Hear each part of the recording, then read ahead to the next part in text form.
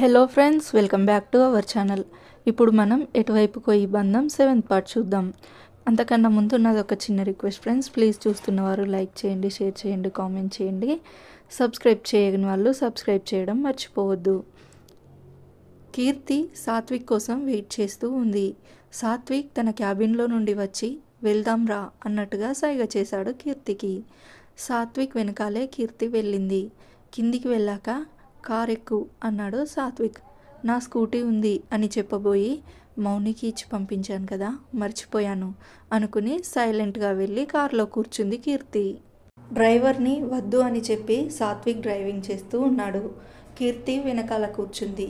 నీకు డ్రైవర్లా కనిపిస్తున్నానా, ముందుకురా అన్నాడు సాత్విక్.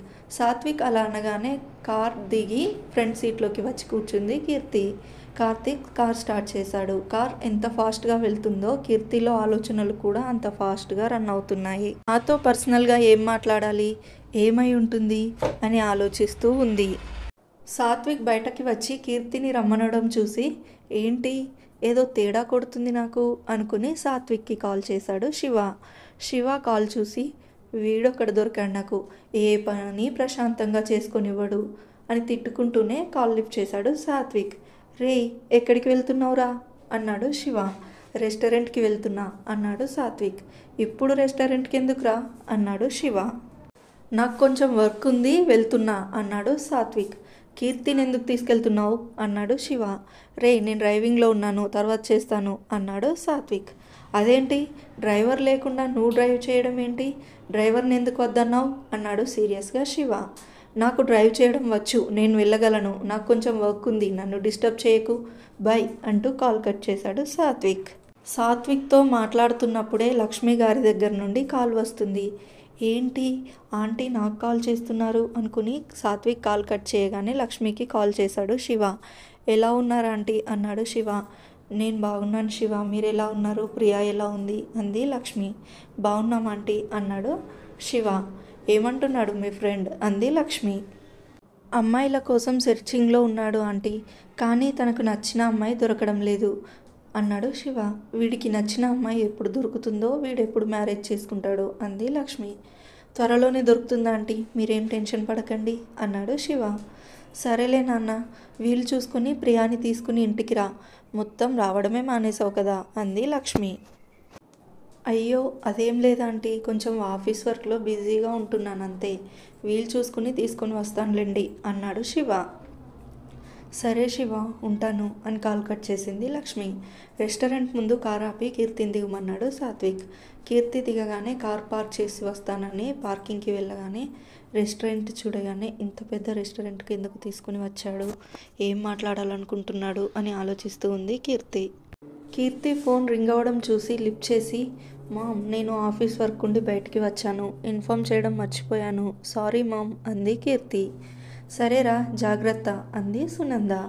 కీర్తి కాల్ మాట్లాడి కట్ చేసేలోపు సాత్విక్ వచ్చి ముందుకు నడుస్తూ వెనకాలకి చూశాడు.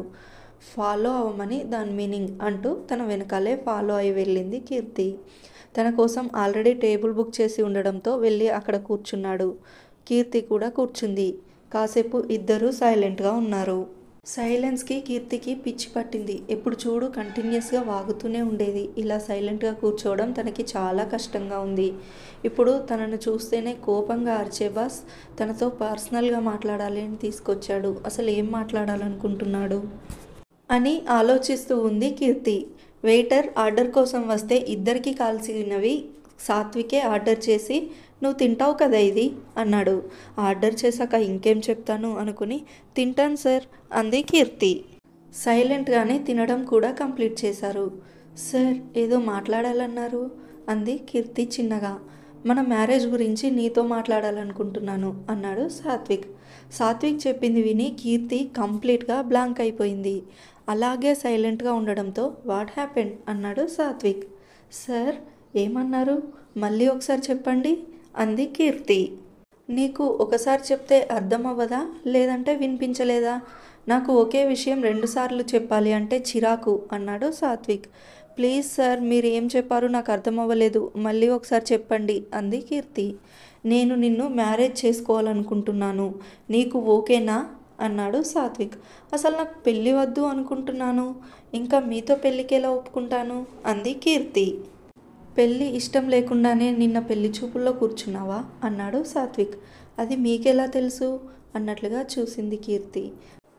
నాకు అన్నీ తెలుసు బేబీ, నిన్న మీ ఇంట్లో జరిగింది మొత్తం నాకు తెలుసు అన్నాడు సాత్విక్. బేబీయా అంది కీర్తి. ఏ నువ్వు బేబీవి కాదా అన్నాడు సాత్విక్. అవును కాదు అన్నట్లుగా తల తిప్పుతూ ఉంది కీర్తి. కీర్తి ఏం మాట్లాడకుండా సైలెంట్గా ఉంది. నీకు ఓకే అని నేను అనుకోవాలా అన్నాడు సాత్విక్. అసలు నాకు పెళ్ళి అంటేనే ఇష్టం లేదు. నా పేరెంట్స్ చాలా ఫోర్స్ చేసి పెళ్లి చూపులు అరేంజ్ చేశారు. చూసి రిజెక్ట్ చేద్దాం అనుకున్నాను. నాకు పెళ్లి చేసుకోవాలని ఆలోచన లేదు అంది కీర్తి. అప్పుడు లేకపోతే ఇప్పుడు ఆలోచించు బేబీ, ఒక్కరోజు టైం ఇస్తున్నా, తీరికగా ఆలోచించి చెప్పు. వన్ మోర్ థింగ్, మనం చేసుకోబోయేది పర్మనెంట్ మ్యారేజ్ కాదులే, కాంట్రాక్ట్ మ్యారేజ్ అన్నాడు సాత్విక్. వాట్, కాంట్రాక్ట్ మ్యారేజా? అదేంటి అంది ఆశ్చర్యం కోపం రెండూ కలిపి కీర్తి. నా రీజన్స్ అన్నీ నీకు చెప్పాల్సిన అవసరం నాకు లేదు, కానీ మ్యారేజ్ చేసుకొని ఒక పాప ఆర్ బాబు అయిన తర్వాత నా లైఫ్ నాది, నీ లైఫ్ నీది, బేబీని నువ్వే తీసుకో, నాకు ఏ ప్రాబ్లం లేదు అన్నాడు సాత్విక్. వెయిట్, నేను మ్యారేజ్కే ఒప్పుకోలేదు, మ్యారేజ్ తర్వాత కిడ్స్ ఎవరి దగ్గర ఉండాలని కూడా డిసైడ్ చేస్తారేంటి మీరు అంది కీర్తి.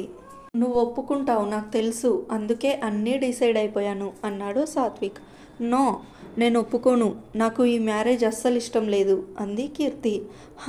నేను మాత్రం నిన్ను ఇష్టపడి చేసుకుంటున్నాను, మరి ఏదో తప్పక చేసుకుంటున్నాను అంతే అన్నాడు సాత్విక్. అంత ఇష్టం లేనప్పుడు చేసుకోవడం ఎందుకు, మీకు నచ్చిన అమ్మాయినే చేసుకోండి అంటూ లేచి వెళ్ళబోయింది కీర్తి. హే స్టాప్, నేను మాట్లాడుతుంటే అలా మధ్యలో లేచి వెళ్ళిపోతే నాకు అస్సలు నచ్చదు అన్నాడు సాత్విక్. మీరు చెప్పేది కూడా నాకు అస్సలు నచ్చలేదు, అందుకే వెళ్ళిపోతున్నాను అంది కీర్తి. ఎలా ఒప్పించాలి అని ఒక నిమిషం ఆలోచించి, నీకు మ్యారేజ్ ఇష్టం లేదు, నాకు మ్యారేజ్ ఇష్టం లేదు, ఏదో పేరెంట్స్ కోసం అలా కలిసి ఉండి పాప ఆర్ బాబు వచ్చాక వాళ్ళకి ఇచ్చేసి నేను ఎలాగో ఫారెన్ వెళ్దాం అనుకుంటున్నాను, నువ్వు కూడా అలాగే ఏదో ఒకటి చెప్పి నీకు నచ్చిన ప్లేస్లో నీకు నచ్చినట్లుగా ఉండొచ్చు కదా అన్నాడు సాత్విక్. కీర్తి కొంచెం ఆలోచించసాగింది. దారిలోకి వస్తుంది అనుకుని చిన్నగా నవ్వి, తొందర ఏం లేదు బేబీ, 1 డే టైం ఇస్తున్నాను, రేపు ఈ టైం కల్లా నాకు ఏదో ఒకటి చెప్తే సరిపోతుంది అన్నాడు సాత్విక్. నాకు ఎలాగో ఇష్టం లేదు, ఇప్పుడు ఇష్టం లేదు అని చెప్పినా ఏదో ఒకటి చెప్పి కన్విన్స్ చేసి ఒప్పిస్తాడు. రేపు మళ్ళీ అడిగినప్పుడు నేను బాగా ఆలోచించుకున్నాను, నాకు ఇష్టం లేదని చెప్తే సరిపోతుంది కదా అనుకుని, ఓకే సార్, నేను ఆలోచించుకొని రేపు చెప్తాను అంది కీర్తి. బాగా ఆలోచించుకుని ఎస్ చెప్పు ఓకేనా అన్నాడు సాత్విక్.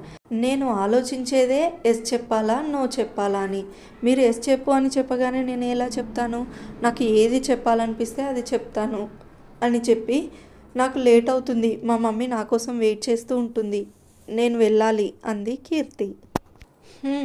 పాపకి యువరోజనం బాగానే ఉంది, దించాలి అనుకున్నాడు సాత్విక్. మీరు రమ్మని చెప్తే నేను నా స్కూటీ ఫ్రెండ్తో పంపించి వచ్చాను, నన్ను ఇంటి దగ్గర డ్రాప్ చేయండి అంది కీర్తి. వాట్, నేనా, క్యాబ్లో వెళ్ళిపో అన్నాడు సాత్విక్. క్యాబ్లో వెళ్ళాలని నాకు తెలియక మిమ్మల్ని అడిగాను అనుకుంటున్నారా, క్యాబ్స్ అన్అవైలబుల్ అని చూపిస్తున్నాయి, అందుకే మిమ్మల్ని అడుగుతున్నాను, నన్ను డ్రాప్ చేసి వెళ్ళండి అంది కీర్తి. నాకు వర్క్ ఉంది, నేను వెళ్ళాలి, ఏదైనా ఆటో చూసుకుని వెళ్ళిపో అని వెళ్ళిపోబోయాడు సాత్విక్. దుష్టమానవుడు, ఏదో పర్సనల్గా మాట్లాడాలని చెప్పి అంతా ఏదో మాట్లాడేసి నా టైం మొత్తం తినేసి ఇప్పుడు నన్ను తీసుకెళ్ళి దింపమంటే, నాకు వర్క్ ఉంది అంట, వర్క్ ఉంది, మాకు లేదు మరి, మేము ఖాళీగా తిరుగుతున్నాం అని తిట్టుకుంటూ ఉంది మనసులో కీర్తి. తిట్టుకుంది చాలే కానీ వచ్చి కారెక్కు, దింపుతాన్లే, ఎందుకలా ఏడుస్తున్నావు అన్నాడు సాత్విక్. నేను ఏడుస్తున్నానా అంది కీర్తి.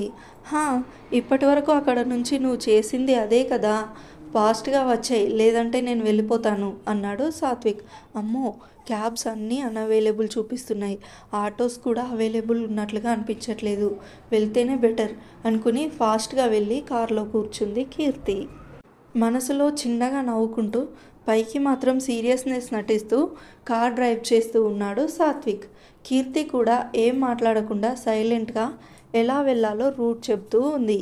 కీర్తి వాళ్ళ ఇంటికి రాగానే, ఇక్కడే ఆపండి అని కార్ దిగి కనీసం థ్యాంక్స్ కూడా చెప్పకుండా వెళ్ళిపోతుంటే హలో అన్నాడు సాత్విక్. చెప్పండి సార్ అంది కీర్తి. ఏంటి చెప్పేది? నువ్వు కదా చెప్పాలి అన్నాడు సాత్విక్. నేను చెప్పాలా? ఏం చెప్పాలి సార్? అది ఆలోచించుకొని చెప్తాను అన్నాను కదా అంది కీర్తి. తీసుకొచ్చి డ్రాప్ చేసినందుకు అట్లీస్ట్ థ్యాంక్స్ అయినా చెప్పాలి అనే మేనర్స్ కూడా లేదా అన్నాడు సాత్విక్. థ్యాంక్స్ ఎందుకు చెప్పాలి సార్? మీ పని కోసమే కదా నన్ను వెయిట్ చేపించారు. నా టైం మొత్తం మీరు తినేసి నన్ను థ్యాంక్స్ చెప్పమంటారేంటి అని లోపలికి వెళ్ళిపోయింది కీర్తి.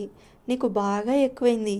చెప్తాను నీ పని చెప్తాను అనుకుంటూ సీరియస్గా వెళ్ళిపోయాడు సాత్విక్.